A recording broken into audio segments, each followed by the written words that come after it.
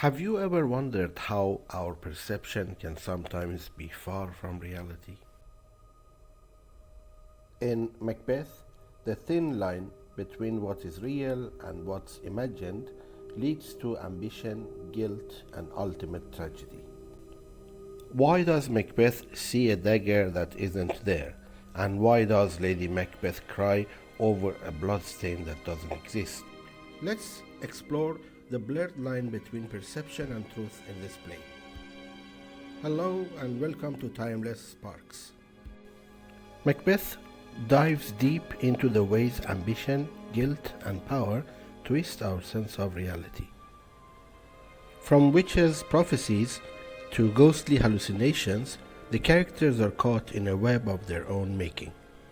But what can Macbeth tell us about how we see the world around us?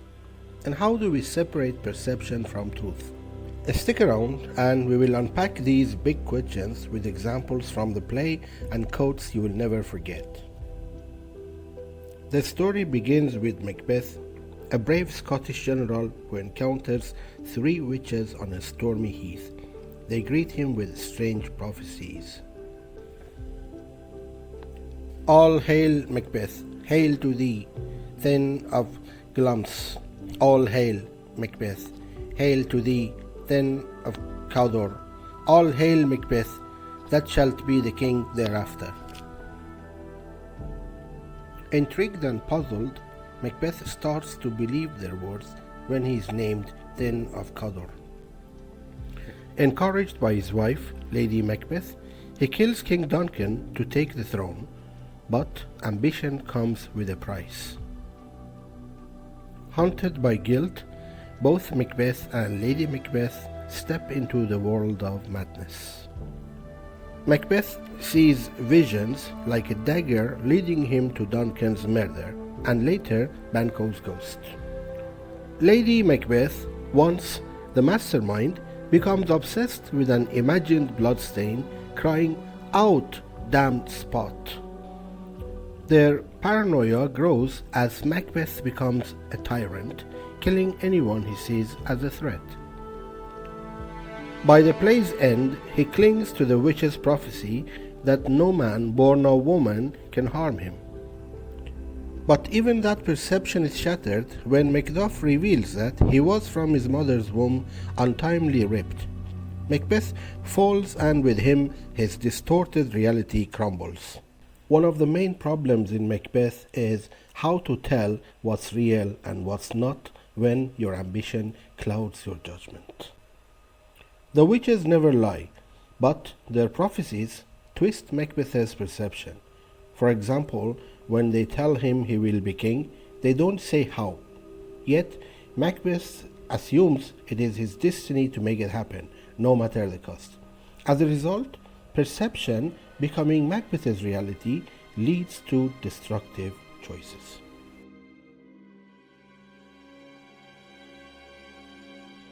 The witches plant the seeds of ambition in Macbeth's mind. Their line, "All hail Macbeth, that shalt be king hereafter," is vague. They don't lie, but they don't tell the full truth either. Macbeth's interpretation leads him down a dark path. Ambition warps how we see the world, making us believe what we want to believe.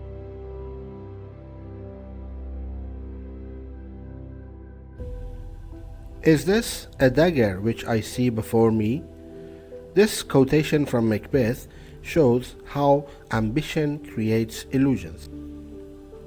The dagger isn't real, but for Macbeth, it feels like a sign to commit murder.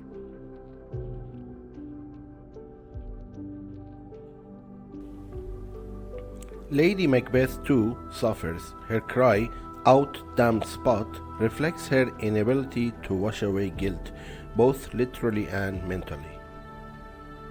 Guilt and ambition blur the line between perception and reality, leading to madness.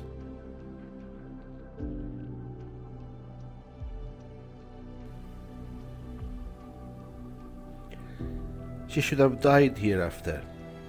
There would have been a time for such a word, Tomorrow and tomorrow and tomorrow creeps in this petty pace from day to day to the last syllable of recorded time, and all our yesterdays have lighted fools the way to dusty death. Out, out, brief candle, life's but a walking shadow, a poor player that struts and frets his hour upon the stage and then is heard no more. It's a tale told by an idiot, full of sound and fury, signifying nothing. This soliloquy reflects the destructive effects of his ambition. He describes life as a tale told by an idiot, full of sound and fury, but ultimately meaningless. This shows how his once clear vision of power has been shattered by the reality of death. Macbeth's ambition led him to distort the truth to justify his violent actions, believing that power would bring fulfillment. But now, as he faces defeat, he realizes that his control over life was just an illusion, and time seems like an endless, meaningless march towards death. The climax of Macbeth's distorted perception comes when he clings to the witch's prophecy, "None of woman born shall harm Macbeth."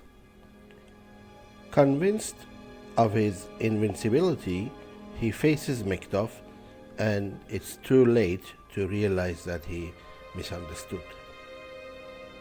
The moment Macduff reveals how he was born, Macbeth realizes the danger of placing blind faith in one's perception. Macbeth's downfall is a direct result of his inability to separate truth from illusion.